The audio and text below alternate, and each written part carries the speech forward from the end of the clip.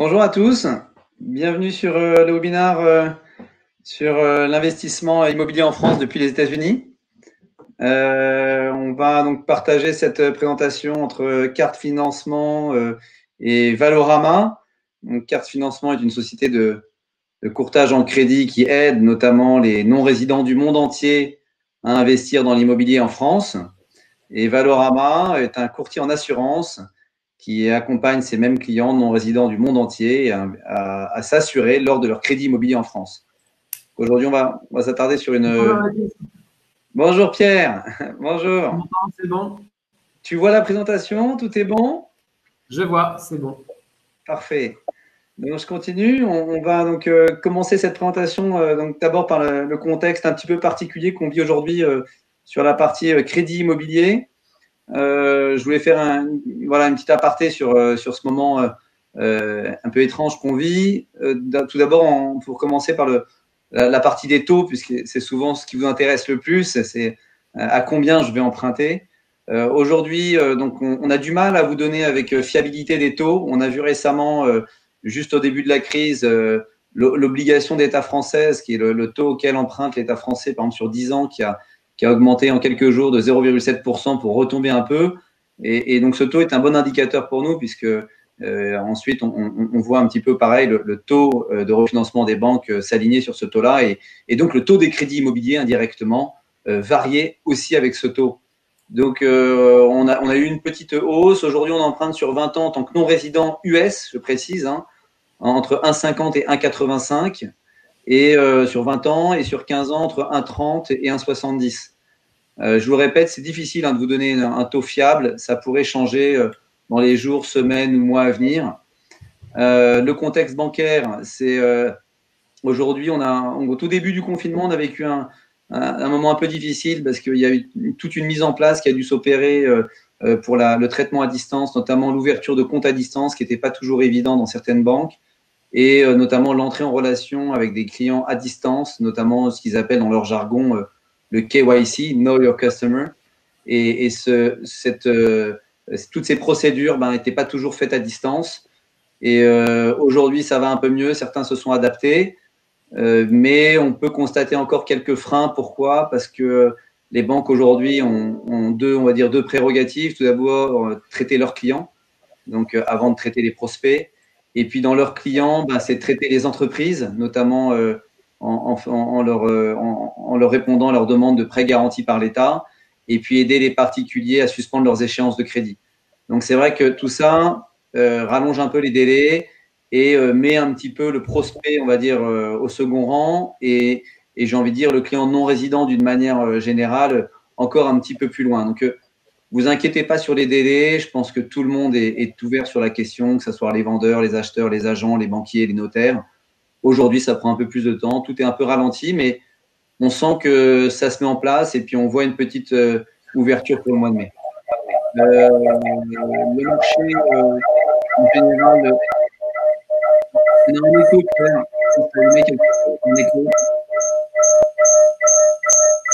J'ai un effet de scène, Pierre.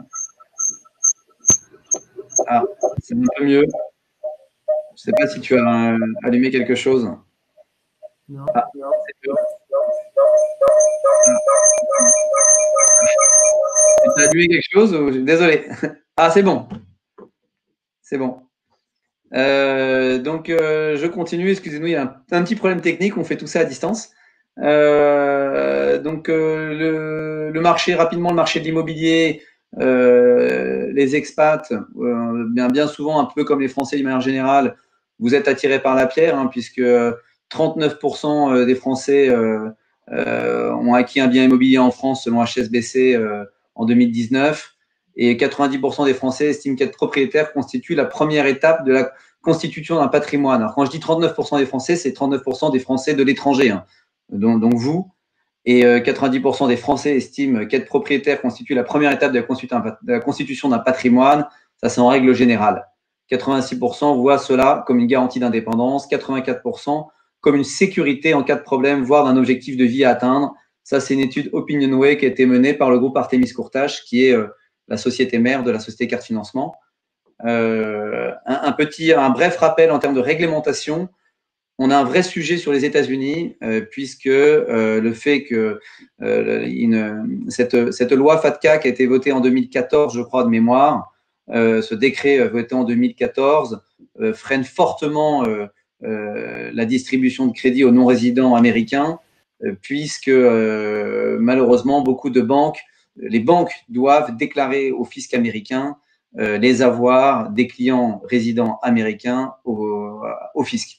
Donc, je vous expliquerai plus en détail, mais ça freine fortement puisque beaucoup de banques ne veulent pas avoir de rendre de compte forcément ou ne veulent pas mettre en place ce système de communication dans le cadre de FATCA et donc préfèrent ne pas traiter les clients américains de peur de mal le faire ou de ne pas le faire du tout. Donc, elles ne préfèrent parfois de ne pas traiter du tout les résidents américains, ce qui fait qu'on a beaucoup moins de solutions pour vous, Américains, mais on en a quand même. Pierre, je te laisse la parole. Ah, pardon. Donc, je représente Valorama pour l'assurance de prêt pour les expatriés. Est-ce que c'est bon c'est bon? Oui, c'est bon. Très bien. Donc, le contexte de l'assurance de prêt aujourd'hui, il est assez simple, il est assez favorable aux investisseurs, puisque aujourd'hui, les banques, dans leur grande majorité, demandent une assurance de prêt lorsqu'on fait un prêt, que ce soit pour un Français ou un expatrié ou une personne étrangère. Donc, cela permet de couvrir le prêt en cas de décès.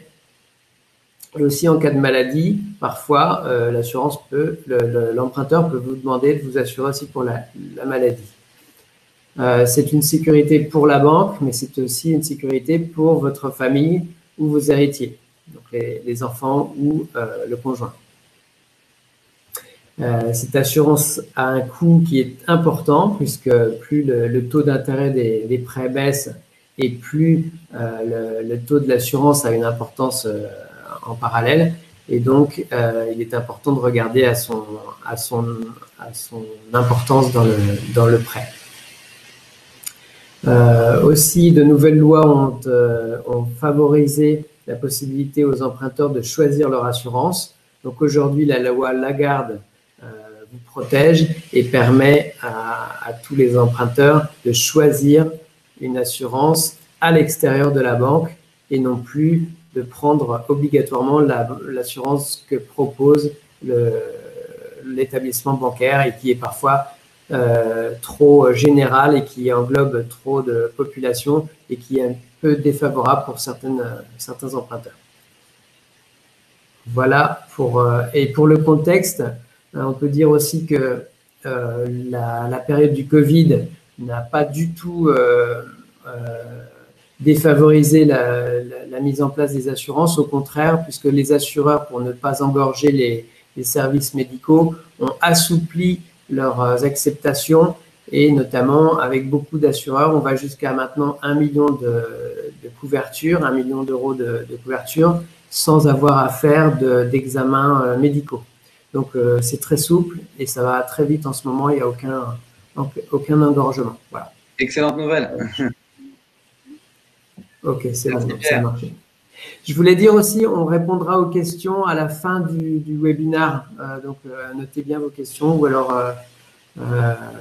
et voilà, donc on verra. Donc, cette présentation, l'idée de cette présentation est de vous expliquer un petit peu, donner quelques exemples qu'on a de projets qu'ont eu nos clients par tranche de vie, en quelque sorte. C'est-à-dire que vous n'avez pas les mêmes projets, les mêmes besoins, les mêmes envies entre 20 et 60 ans.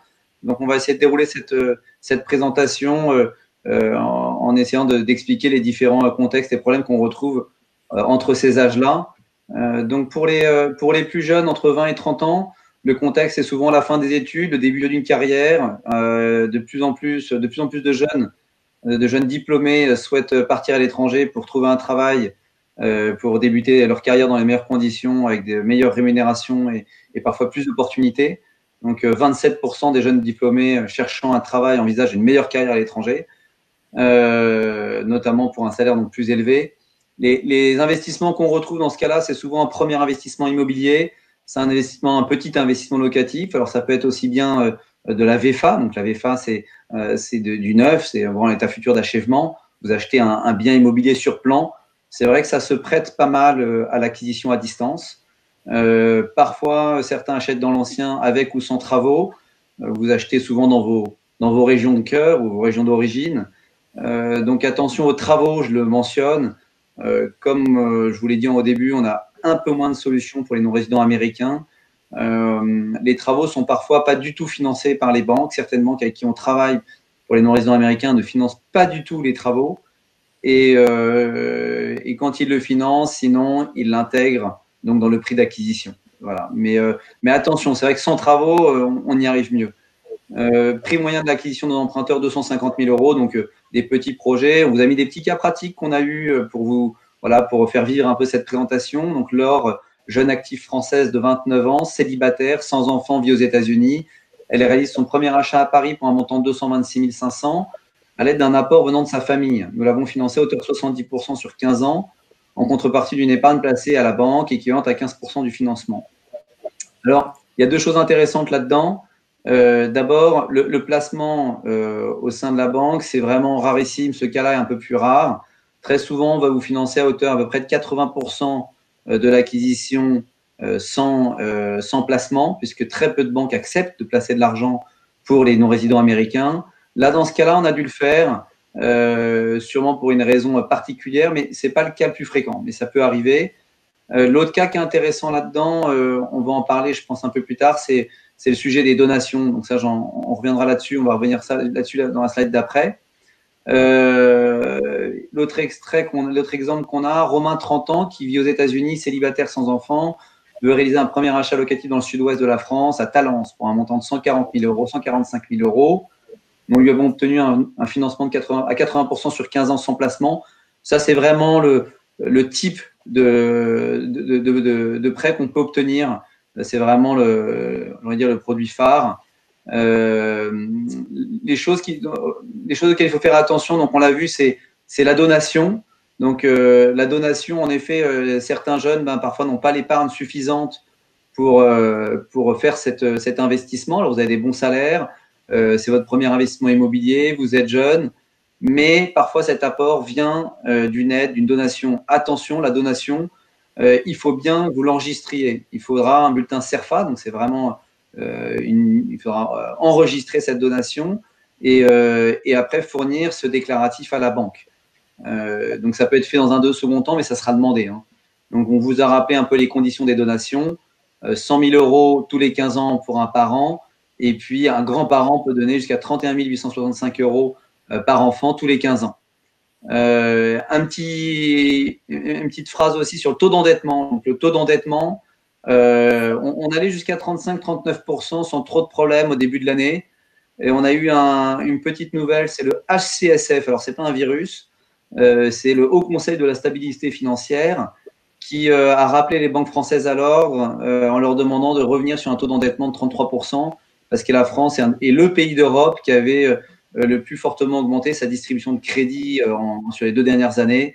Et ce petit rappel à l'ordre, on l'a fortement senti, puisque les dossiers au-delà de 33%, même pour les très bons clients, devenaient très, très compliqués à dépasser. Donc, pour les non-résidents, je vous alerte là-dessus. Peut-être que l'après-Covid va changer cette donne. Notre pensée à nous, c'est que ce ne sera plus un sujet dans un mois ou deux, puisque le Covid a fortement, bien sûr, diminué les transactions et la production de crédit. Donc, on pense qu'on pourra revenir sur ces taux de 35 à 39% avec un peu plus de facilité. Avant d'arriver sur l'assurance, Pierre, je voulais revenir sur la slide d'avant, sur les CDD. Certains d'entre vous sont en CDD, c'est pas possible. On ne sait pas financer aujourd'hui ce type de contrat. En revanche, certains sont dans des ONG qui vous embauchent souvent sur des contrats à 2 ans, qui sont renouvelables tous les 2 ans. C'est des contrats que savent appréhender les banques. Si vous êtes dans une ONG depuis 6 ans, on arrivera à vous accompagner en faisant la moyenne de vos revenus sur ces 6 années, ou voire même dans certains cas, s'il y a eu une belle évolution pendant les dernières années. L'assurance, je te laisse la parole, Pierre. Ok, merci Jean-Baptiste.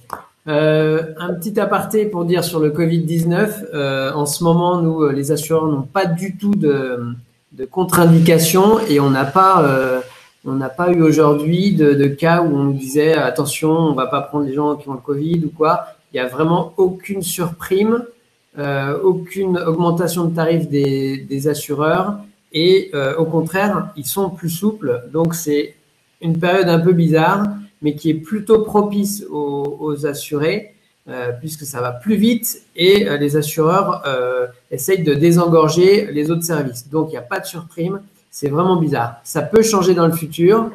À mon avis, ça va changer. C'est comme un peu les taux de crédit qui sont en train de monter. Mais en ce moment, on est dans une période un peu favorable et atypique.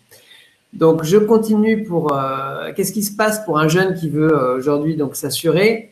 Si ce jeune il achète sa résidence principale et que par exemple c'est votre cas, vous dites on revient dans 6 mois en France et on va acheter la résidence principale, eh bien là les banques vont demander un panel de garanties qui sont complètes, c'est-à-dire le pack du décès, des CPTIA on appelle, et puis les garanties d'arrêt de travail complémentaires.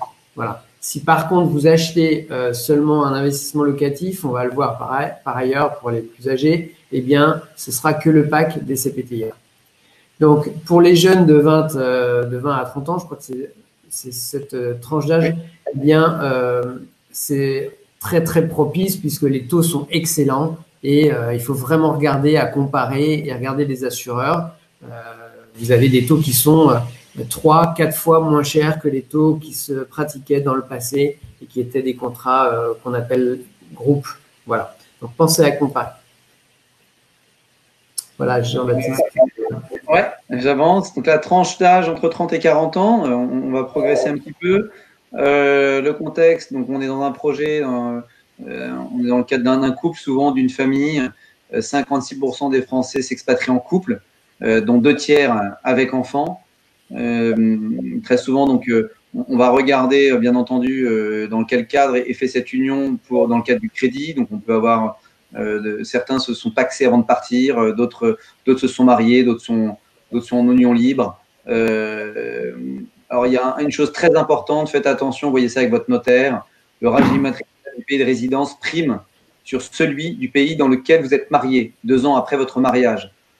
Pensez à faire un contrat de mariage auprès d'un notaire pour éviter cette situation. Qu'est-ce que ça veut dire? Si vous êtes marié, par exemple, sous la communauté, donc sans régime sans aucun régime en France, et que vous êtes tout de suite parti aux États-Unis ou ailleurs, et que le régime de la séparation est le régime par défaut qui prime, vous pourriez vous retrouver dans un régime de la séparation sans le savoir. Donc, faites très attention à ce sujet-là. C'est pas parce que vous avez pas opté pour de contrat de mariage en France que vous n'allez pas subir la séparation dans le pays dans lequel vous êtes allé vivre. Les projets types dans lesquels vous vous lancez, c'est bien sûr des projets un peu plus chers, des montants un peu plus élevés, sont des investissements locatifs également, mais aussi parfois des résidences principales en cas de retour. Vous prévoyez votre retour, vous vous dites je vais rentrer dans 2, 3, 4 ans, on veut commencer à investir, on fera un peu de locatif, et puis ce sera potentiellement notre future résidence principale. Dans ce cas-là, ça peut être intéressant, puisqu'on peut arriver à présenter une future relation commerciale à la banque. C'est très important ce que je viens de vous dire, puisque n'oubliez pas qu'en France, le crédit immobilier est un produit d'appel pour les banques, ce qui veut dire qu'elles font du crédit pour pouvoir vous proposer d'autres produits. 70% voire plus du chiffre d'affaires des banques, donc du PNB, du produit d'aide bancaire, est réalisé sur les autres produits que le crédit. Donc quand vous êtes non-résident, bien entendu, ils sont conscients qu'ils auront plus de mal à nouer une relation commerciale intéressante avec vous. En revanche, dans le cadre d'un retour au pays, ils ont l'opportunité de nouer une relation plus forte avec vous. Donc, on aura plus de solutions et ils seront plus enclins à vous prêter dans des meilleures conditions. Par exemple, le taux de 1,85 sur 20 ans va baisser aux alentours de 1,60 voire 1,40. Donc là, on a un exemple d'un couple franco-américain qui achète leur future résidence principale, 88 mètres carrés à Paris, 984 000 euros. Nous avons obtenu un financement de 714 000 euros sur 20 ans, soit 70% du projet total, frais de notaire compris. Donc, ce qui veut dire un petit 80% du montant d'acquisition. Donc, toujours prévoyez cet apport de 20 à 30%. Ensuite, le profil, donc vous avez une capacité d'épargne un peu plus forte. Donc, vous avez cet apport est un peu moins problématique qu'il n'était dans le cadre des 20 à 30 ans. Maintenant, dans votre cas, on a des solutions dans plein d'autres pays où des banques proposent donc le financement parfois jusqu'à 100%, voire plus, même 110%. en demandant à l'emprunteur un petit peu d'épargne qui est nantie sur le compte de la banque. Dans votre cas, c'est beaucoup plus compliqué. On a du mal à proposer cette solution, voire on n'y arrive pas, sauf dans le cadre de personnes fortunées qui rentrent dans des critères de banque privée dans la gestion de fortune. Mais traditionnellement, on a du mal, justement à cause de FATCA que j'ai évoqué tout à l'heure, puisque les banques françaises, même les banques dans le monde entier, sont soumises à FATCA et doivent répondre à l'administration fiscale américaine et déclarer les comptes de plus de 50 000 $ qui seraient chez eux. Donc, ces solutions sont malheureusement pas possibles, sont quasiment impossibles. Donc, on restera sur des projets financés aux alentours de 70-80% avec de l'apport. Alors, dans ce cas-là, parfois, vous commencez à vous pencher vers des schémas, par exemple, de SCI. Alors, la SCI ne changera rien pour l'aspect appréhension des revenus, des charges et du taux d'endettement, puisqu'on prendra la caution sur les associés de cette SCI. De temps en temps, l'avantage plutôt, moi, que je vois dans la SCI, alors certains parlent en effet, de succession, ensuite de préparation de succession. L'avantage qu'il peut avoir, c'est de pouvoir gérer son bien immobilier, puisque dans la SCI, il y a un mandataire social, un gérant d'entreprise qui peut prendre des décisions, même s'il n'est pas associé. Bon, moi, je vous recommande de faire simple, puisque comme je vous ai dit, nos résidents américains, on a moins de solutions. Si vous pouvez faire sans SCI en indivision, ce sera beaucoup plus simple de trouver des banquiers qui seront motivés pour vous accompagner. On perd beaucoup de solutions SCI. Ça paraît vraiment bête, mais les banquiers, dans le cadre du non-résident américain, iront au plus simple. Côté assurance, Pierre, je te laisse la parole. Alors, de 30 et plus, c'est l'âge où on fonde un foyer. Donc, on va voir un petit peu de comment ça se passe au niveau des tarifs. Tu peux passer la page, s'il te plaît? Oui. Alors, prenons l'exemple d'un salarié de 35 ans qui fait un prêt de 400 000 € sur 20 ans. Donc, aujourd'hui, un taux classique va se situer aux alentours de 0,20%, ce qui représente 800 € par an. Coût total 16 000 €. Ça, c'est un coût, on va dire, traditionnel qui se pratique depuis une vingtaine d'années. Et sachez que lorsque l'on compare et qu'on ajuste un petit peu ces contrats-là pour l'adapter à son profil, eh bien, on va pouvoir tomber sur des tarifs qui vont être diminués de plus de la moitié. Donc là, j'ai pris un cas un petit peu standard. C'est parfois même plus. On peut réaliser 60% d'économie en prenant une assurance, par exemple, sur le capital restant dû, donc qui va décroître avec l'âge et avec le capital qui va diminuer au fur et à mesure de l'amortissement du prêt. Donc, on pourrait atteindre, par exemple, un taux de 0,08 facial en assurance de prêt. Voilà un exemple à cet âge-là de 35 ans. Parfait. On va passer à la catégorie d'après, 40-50 ans. 40-50 ans, alors il peut arriver qu'on parle dans ces âges-là, malheureusement et heureusement parfois, puisqu'il n'y a pas que des mauvais événements, mais il y a quelques événements qui entraînent un petit remaniement patrimonial. Donc, dans ces événements qu'on retrouve, ça peut être la séparation, divorce, rupture de Pacs, succession suite à un héritage. Voilà, tous ces cas-là peuvent entraîner un petit peu de besoin de crédit pour payer parfois un rachat de soult ou un impôt lié à cet héritage, cette succession. On peut être aussi face à des gens qui changent de carrière professionnelle ou même qui se lancent à l'étranger. Ce sont des gens d'expérience qui décident dans un second temps, après une première carrière professionnelle, de lancer leur propre entreprise. Donc les projets types qu'on rencontre, c'est des rachats de soult, c'est-à-dire que on peut avoir lors d'une séparation ou d'un héritage l'un des deux qui souhaite reprendre entièrement le bien immobilier et qui doit donc en quelque sorte dédommager l'autre personne, le frère, la sœur ou l'ancien conjoint. Et pour payer cette soult, eh ben, on peut le faire à crédit. Donc ce sont des choses bien entendu qu'on peut faire et on le fait comme un crédit immobilier classique. Vous êtes aussi là vous rentrez dans un cas où vous êtes plus sur des projets de résidence secondaire. Donc on est un petit peu ou des pieds-à-terre même. Donc on est moins dans l'investissement locatif. Là, ça y est, vous avez parfois un patrimoine déjà un petit peu constitué. Et dans ce cas-là, on peut avoir donc les résidences secondaires au bord de la mer ou à la montagne. le cas pratique qu'on peut évoquer, Florent, un Français de 40 ans vivant aux États-Unis qui souhaite racheter les parts de son ex-conjoint. Ils ont acquis à part égale un appartement dans le 11e arrondissement de Paris pour un montant de 580 000 euros avec 2 lignes de crédit. Pour cette opération, ils vont obtenir un crédit de 464 000 euros sur 20 ans. Donc là, dans ce cas-là, qu'est-ce qu'on fait? Bien souvent, on va racheter le crédit qui était en place. C'est à votre banque, vous avez octroyé un crédit pour faire cette acquisition avec votre conjoint. On va racheter ce crédit à votre nom et on va vous donner une somme un peu plus élevée pour payer la soulte complémentaire à votre conjoint. Voilà. Donc c'est des choses qu'on peut faire sans problème.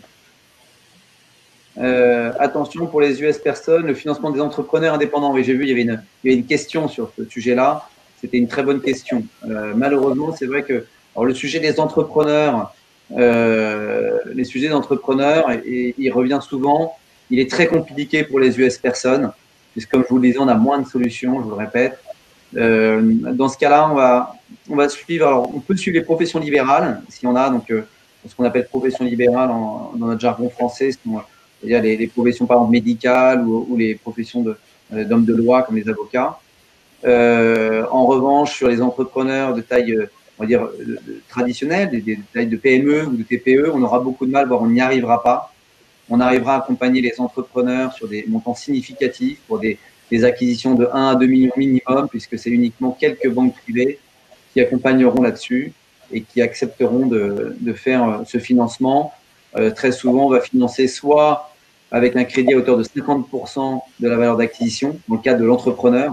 Donc 50% de l'acquisition. Si on a une acquisition, par exemple, à 2 millions, on financera 1 million, il faudra apporter 1 million.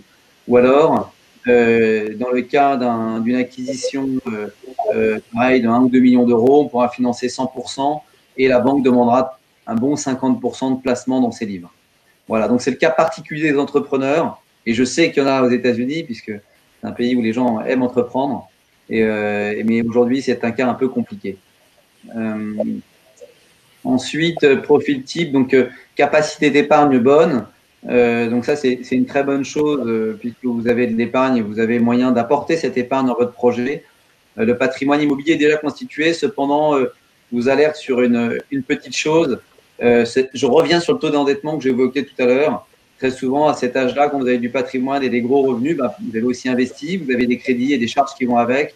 Et on peut se retrouver avec des taux d'endettement à 40-45% qui ne sont pas forcément complètement dingues puisque vous avez un reste à vivre parfois largement suffisant. Mais sachez que dans ce cas-là, ça devient très compliqué. Voilà. Malheureusement, on aura du mal à dépasser le 35-39% que je l'évoquais tout à l'heure, voire même 33% si le Haut Conseil de la stabilité financière maintient ses recommandations après la période Covid.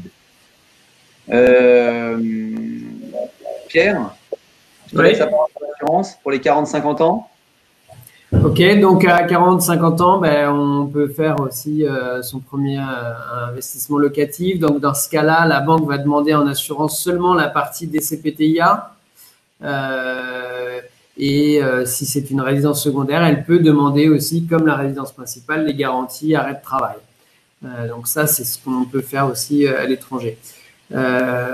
Alors, je vous en parlais tout à l'heure, on a la possibilité, et ça date de 1 à 2 ans, d'assurer des gens jusqu'à 45 ans pour 1 250 000 euros.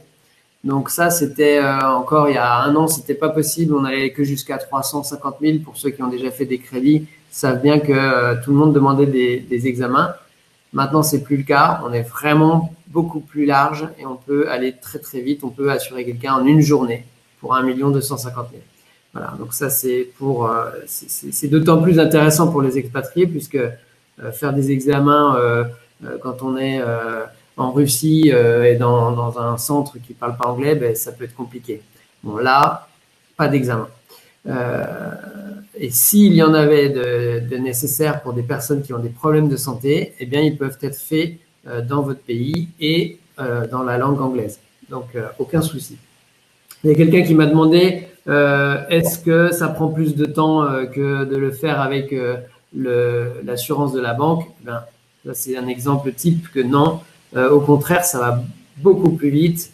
Les process ne se font que à distance et online. alors que encore beaucoup de banques n'ont pas autant de délégations pour assurer pour plus de 350 000, 400 000 euros sans examen. Donc, d'ailleurs, Pierre, je crois que de nombreuses banques font appel aussi à vos services. oui, c'est grâce à elles qu'on se fait connaître, effectivement, parce qu'elles veulent des solutions rapides et puis compétitives. Donc, effectivement, merci. Très bien. Les 50 ans, 50-60 ans, donc anticipation de la transmission du patrimoine. Donc c'est vrai qu'on reparle un petit peu de la SCI ou voire de la SARL de famille ou de sujets d'entreprise. On essaie de constituer un patrimoine en intégrant les enfants. Je vous l'ai dit tout à l'heure, bien entendu, ce sont parfois des bons outils. J'ai aucun doute là-dessus. Vous avez souvent des bons conseils de notaire ou autres. Mais bon, voilà, gardez en tête que vous êtes même si vous êtes des clients pour les banques qui gagnaient plutôt bien votre vie et vous êtes de bons clients en termes de risque, commercialement, vous n'êtes pas toujours dans la cible des banques. Et donc, essayez de faire simple. Voilà. Si vous pouvez vous passer de cet outil de transmission type SCI, SARL de famille, dans votre cas, malheureusement, c'est mieux. Donc, parfois, retour en France pour la retraite. Donc là, petit rappel pour la retraite qui est important. À partir de 54 ans, la majorité des banques, c'est quelque chose qu'on retrouve dans beaucoup de banques, lors du calcul de votre capacité d'emprunt, les banques pondèrent votre revenu à 60% pour anticiper la baisse de rémunération liée à la retraite. Je mets un petit bémol. Si vous avez de la documentation officielle très fiable qui donne le montant de votre retraite, on pourra en tenir compte. Donc, on pourra montrer au banquier que ce 60% de pondération n'est pas adapté et on pourra négocier avec lui pour qu'il prenne en compte les revenus anticipés officiels. Donc, vraiment une documentation officielle de votre schéma de retraite. Acquisition d'une future résidence principale ou secondaire en France.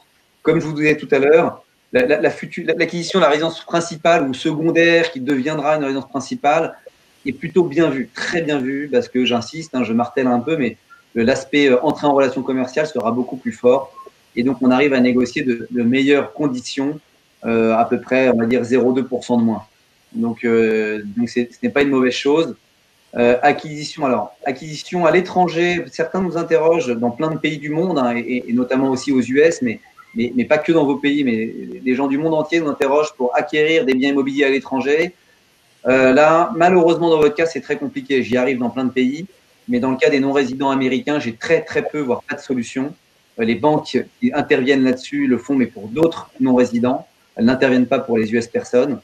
Donc, on pourra vous trouver des solutions, mais pour une clientèle patrimoniale relativement fortunée, banque privée. Pareil, acquisition d'un bien en démembrement, c'est un peu le même type de clientèle. On a parfois des acquisitions en nue propriété, en usufruit, je ne rentrerai pas dans le détail. Ce sont parfois des très bons schémas, bien entendu. Malheureusement, compliqués à mettre en œuvre et uniquement réservés à une clientèle relativement haut de gamme, banque privée. Si vous êtes dans cette zone banque privée, gestion de fortune, bien entendu, interrogez-nous, on pourra en discuter, mais c'est au cas par cas. Les deux cas qu'on peut évoquer, un couple de Français de 53 ans vivant aux États-Unis souhaite acquérir leur future résidence principale en Bretagne au prix de 708 000 euros. Ils travaillent tous les deux pour un organisme international depuis 9 ans avec un contrat renouvelable. Donc, en effet, tout à l'heure, quelqu'un me faisait la remarque, il n'y a pas de CDD aux États-Unis. Bon, en effet, on parle là, par exemple, d'organismes internationaux de temps en temps où il n'y a pas ils ne sont pas dans la juridiction locale États-Unis. Certains de nos clients ont des contrats du monde entier, parfois des contrats suisses, d'organisations internationales en Suisse, mais travaillent aux US. Donc, dans le cadre de ces contrats renouvelables, on peut intervenir, je vous l'ai dit tout à l'heure, si vous avez 6 ans d'ancienneté. Nous leur avons obtenu un financement de 600 000 euros sur 20 ans sans placement. Donc, vous avez vu là une belle quotidienneté de financement, pas de placement, sur 20 ans à 53 ans. Voilà, ça c'est typiquement le cadre d'un retour au pays où on arrive à négocier des belles conditions. Un couple franco-américain, j'ai vu une question là-dessus. Il n'y a aucune différence entre le franco-américain et le français. On vous traitera pareil, le couple franco-français et franco-américain. Là, on avait une petite particularité, c'était 69 ans et 73 ans, donc on dépasse un petit peu l'âge des 50 à 60 ans. On aurait pu le mettre après, cet exemple, qui souhaite acheter une résidence principale à Paris pour un montant de 2 millions. Monsieur est professeur réputé aux USA, madame est à la retraite. Pour cette acquisition, on a obtenu un financement 10 ans amortissable pour 1 million et in fine 800 000 euros. et les clients ont placé 1 million dans la banque. Donc, c'est beaucoup, hein, le placement d'1 million est considérable. Les gens étaient fortunés. Là, le gros problème qu'on avait était l'âge. Alors, cet âge ne pose pas forcément toujours un problème à Pierre sur l'assurance, puisqu'on arrive, je crois, tu me diras, Pierre, tu dis des bêtises, mais on assure jusqu'à 85 ou 90 ans, il me semble. Mais bon, les banquiers sont pas toujours fans. Donc, parfois, on a quand même du mal à sortir ce genre de proposition. Là, on a réussi parce qu'il y avait vraiment deux beaux clients avec de très beaux profils. Donc, le profil emprunteur, là, vous êtes au maximum de votre épargne, mais peut-être un petit peu un horizon de développement commercial moins intéressant pour le banquier. Prêt immobilier sur une durée plus courte, attention, là, je vous alerte, hein, entre 10 et 15 ans, c'est bien. Au-delà, ça commence à être compliqué. C'est pas impossible, compliqué. Donc, rester en dessous de 15 ans, c'est mieux. Là, je te passe la balle, Pierre, sur les histoires de santé. Oui, merci JB. Donc effectivement, nous on peut assurer jusqu'à très très très très âgé. On va même jusqu'à 90 ans. Après, c'est une question de tarif.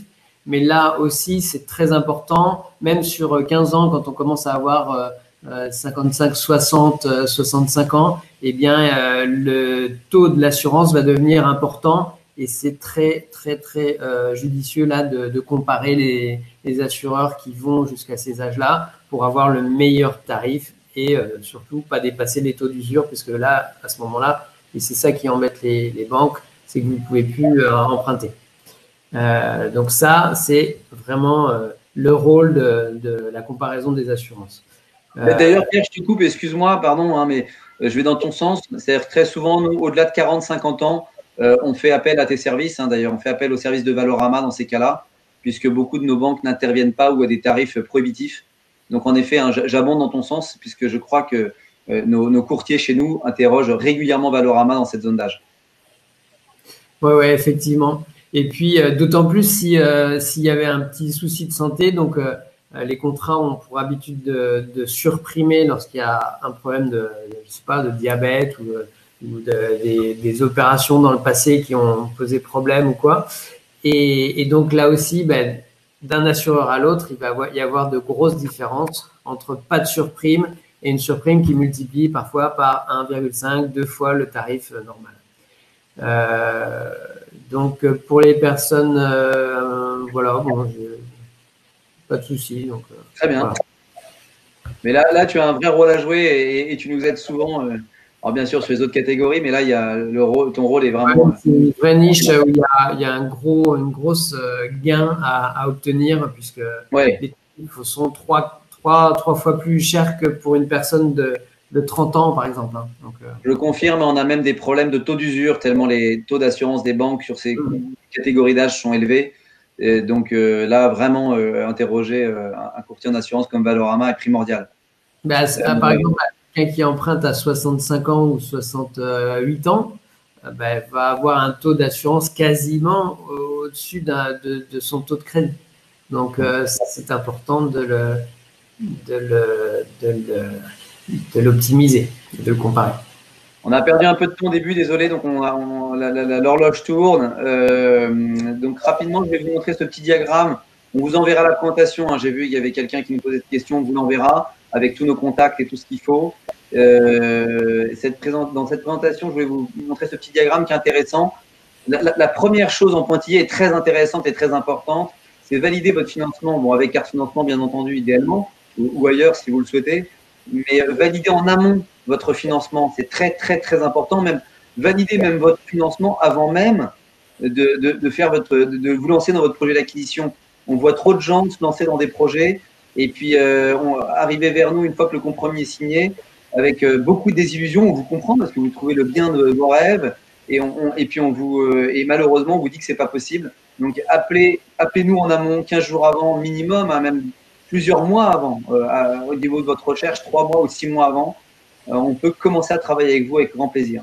Ça nous arrange, on préfère travailler avec vous en amont.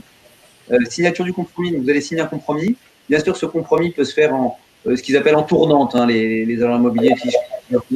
Ils vont faire signer le compromis chacun votre tour. Donc d'abord, souvent, peut-être vous, ou peut-être le vendeur, mais vous aurez 10 jours. Alors, le dernier qui aura signé, donc vous ou le vendeur, à partir du dernier qui aura signé, l'horloge va commencer à tourner et vous aurez 10 jours pour vous rétracter sans aucune raison. Bien entendu, bon, je ne vous le recommande pas parce que vous ne vous ferez pas des amis. Les agents immobiliers, quand même, on seront un petit peu fâchés et les vendeurs aussi. Donc, bon, essayez, ça peut arriver. Mais voilà, imaginez que vous pouvez quand même avoir besoin des agents immobiliers pour trouver des biens et que si à chaque fois vous vous rétractez sans aucune raison, ça pourrait commencer à vous nuire également. Mais bon, quand même, vous avez ces 10 jours qui sont importants, très importants, et vous pouvez vous rétracter avant. Ensuite, vous avez souvent, donc, et ça, nous, on vous le recommande fortement, vous avez la possibilité de mettre une condition d'obtention, une condition suspensive d'obtention d'un prêt. Mettez-le. Beaucoup de clients en mettent. Ne pensez pas qu'il n'y a pas de condition suspensive d'obtention de crédit dans les compromis. On en voit majoritairement et donc c'est pas vrai qu'il n'y en a pas. Et d'ailleurs, même quand il n'y en a pas, très souvent le code de la consommation va vous protéger et il y aura en quelque sorte une sorte de conditions suspensives un peu implicites du fait du code de la consommation. Donc, mettez-en une, ça sera bien pour tout le monde, ça sera très clair pour le vendeur et pour l'acheteur. Travaillons ensemble en amont sur cette condition suspensive. Légalement, elle est de minimum 30 jours. Très souvent, usuellement, elle est de conventionnellement, on va dire, puisque les conventions, les contrats l'amènent jusqu'à 45 jours. Nous, on vous recommande de mettre 60 jours parce que vous êtes loin, tout est plus compliqué. Demandez 60 jours. Aujourd'hui, dans cette période Covid, il y a une ordonnance des délais légaux qui est parue fin mars, je crois le 29 mars, je ne sais plus. Allez sur notre site, on a publié quelque chose là-dessus si vous le souhaitez. Donc, il y a une ordonnance sur les délais légaux qui fait que ces délais ont été rallongés. C'est-à-dire que pour tous les compromis qui sont arrivés à échéance après le 12 mars, on va attendre la fin de la crise sanitaire. Et on va prendre le dernier jour de la crise sanitaire, imaginons si c'est début juin, et on va rajouter donc 30 jours plus le délai légal. Donc, le délai légal de la condition suspensive d'obtention de prêt, c'est 30 jours. Donc, on va rajouter 60 jours après la fin de la crise sanitaire. C'est-à-dire, si la crise sanitaire se termine début juin, eh ben, vous aurez jusqu'à début août pour valider votre condition suspensive. Ensuite, une fois que cette condition suspensive elle est levée, que vous avez votre crédit, prévoyez souvent encore un petit mois pour toute la partie mise en place. Ouverture des comptes, documentation avec les notaires, voilà. Tout ça nous emmène à voilà, J plus 90 jours. Donc voilà, prenez ces 90 jours, sont utiles, très utiles. Et ne vous offusquez pas, ils sont habituels. N'ayez pas peur que le vendeur saute au plafond. Le 3 mois qu'il y a entre la signature du compromis et la signature de l'acte authentique, c'est un délai complètement habituel. Et même chez vous, très souvent, on voit même plus. Et en cette période Covid, les gens ne sont pas du tout fâchés ou ne se choquent pas de voir 4 ou 5 mois. Voilà. Dans cette, comment nous intervient, bon, rapidement, on va essayer de passer rapidement. Notre métier de courtage en crédit, donc carte financement, vous aide du début jusqu'à la fin pour dimensionner votre crédit, pour vous aider à l'obtenir, pour vous aider à négocier avec la banque, pour vous expliquer le moindre détail. Là-dedans, il y a 4 choses importantes à retenir. Bon, d'abord, avant d'en arriver là, on est une société du groupe Artemis Courtage, je pourrais vous renseigner. Artemis Courtage, c'est le 5e plus gros distributeur de crédit en France. Notre groupe a distribué 4,5 milliards de crédits en 2019 et carte financement au sein de ce groupe, c'est plus de 200 millions de financements débloqués l'année dernière. Donc, on a un groupe de taille importante en France et on a des conventions avec de nombreuses banques qui nous permettent de négocier de bons tarifs pour vous. On va traiter tous les dossiers, en tout cas le maximum de dossiers. Pour les non-résidents, on a du mal à aller en dessous de, on va dire, à peu près 150 000 euros, allez, 100 000 euros. 100 000 euros de crédit étant vraiment le minimum. Le règlement de nos frais au succès, c'est le code monétaire et financier. J'ai interdiction de vous facturer 1 centime tant que les fonds ne sont pas décaissés. Si on vous obtient une offre de prêt et que vous n'êtes pas satisfait, vous nous le dites, on en discute. Soit vous ne faites pas affaire avec nous et c'est pas grave. Enfin, c'est pas grave, bien sûr, on sera déçu, mais c'est votre droit et rien ne vous sera facturé. Ça, c'est du pénal, hein, monétaire et financier. Transparence sur les commissions. Nous signons avec vous un mandat sur notre tarif, nos honoraires, et nous vous affichons les commissions éventuelles que nous percevons des banques. Donc, il n'y a pas de commission cachée, il n'y a rien de caché, et on travaille dans votre intérêt avec les banques, puisqu'on vous dira combien nous payent les différentes banques. On n'ira pas vers une banque qui nous paye plus ou moins, on ira là où vous aurez les meilleures conditions. Disponibilité, réactivité, bien sûr, on est conscient, il y a un décalage horaire et on s'adapte. On a des gens chez nous qui parlent plusieurs langues, et qui sont tout à fait disposés à travailler un peu plus tard s'il faut, à adapter leurs horaires et en commençant un peu plus tard, en terminant plus tard. Il n'y a aucun problème avec ça, on est habitué. Mais pour Valorama, c'est aussi des engagements de délai. On est très très connu pour notre rapidité. C'est le nerf de la guerre quand on fait à distance, en plus pour des gens qui sont expatriés. Donc plus rapide que des intermédiaires traditionnels ou des branches classiques. Tous nos process sont dématérialisés, donc il n'y a pas de papier ou il n'y a pas d'envoi de courrier qui pourrait retarder quoi que ce soit. Tout est fait par informatique et ou alors par des souscriptions en ligne immédiates. En ce qui concerne les examens aussi, c'est pareil, ils peuvent être faits en anglais ou en français et dans votre pays, aucun problème. Tous nos contrats aussi permettent aux personnes de pouvoir voyager et de pouvoir aussi changer de résidence fiscale. Donc, si demain vous êtes à Hong Kong ou vous êtes amené à changer de pays, c'est pas quelque chose qui doit être déclaré obligatoirement. Tout ça est pris en compte dans le risque de l'assureur pour des gens qui ont des carrières internationales. Voilà. Et puis le souci d'avoir toujours à l'idée d'avoir les meilleures conditions tarifaires, c'est aussi bien sûr ce qu'on propose. Voilà. L'équipe, donc une équipe internationale des deux côtés. Chez nous, des gens qui parlent plusieurs langues, donc aucun problème avec l'anglais. S'il y a des couples franco-américains, on parle anglais. Laure Lewis, hein, vous l'avez vu par son nom, et donc parle couramment dans son quotidien anglais. Douglas Martin sur la Côte d'Azur aussi. Donc il parle même anglais, français, chinois. Donc voilà, on est une équipe internationale et je crois que c'est pareil pour toi, Pierre, hein, puisque même encore mieux chez Valorama, je crois. Oui, mais ils ont pris des noms français, alors on ne le voit pas. Oui, on est mexicain, anglais, russe, marocain, espagnol. Et voilà, on couvre à peu près tous les. Il n'y a jamais de problème de langue en tout cas. Et puis donc vous avez ici nos coordonnées, celles de Jean-Baptiste et Carte Financement juste aussi avant. On va vous les envoyer par email dans les replays qui vont être envoyés à tous les participants.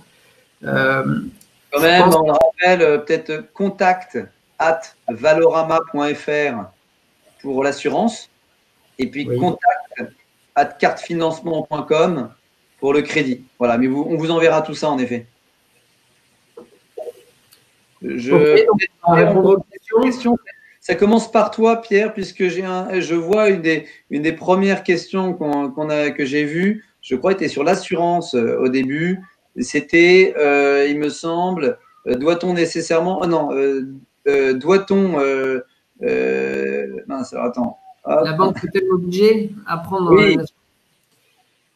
Alors, donc la banque ne peut absolument pas vous obliger à prendre son assurance. Au contraire, elle est obligée de vous laisser prendre l'assurance de votre choix. C'est la loi Lagarde et vous en avez l'entière possibilité. C'est même à eux de vous dire que vous pouvez le faire.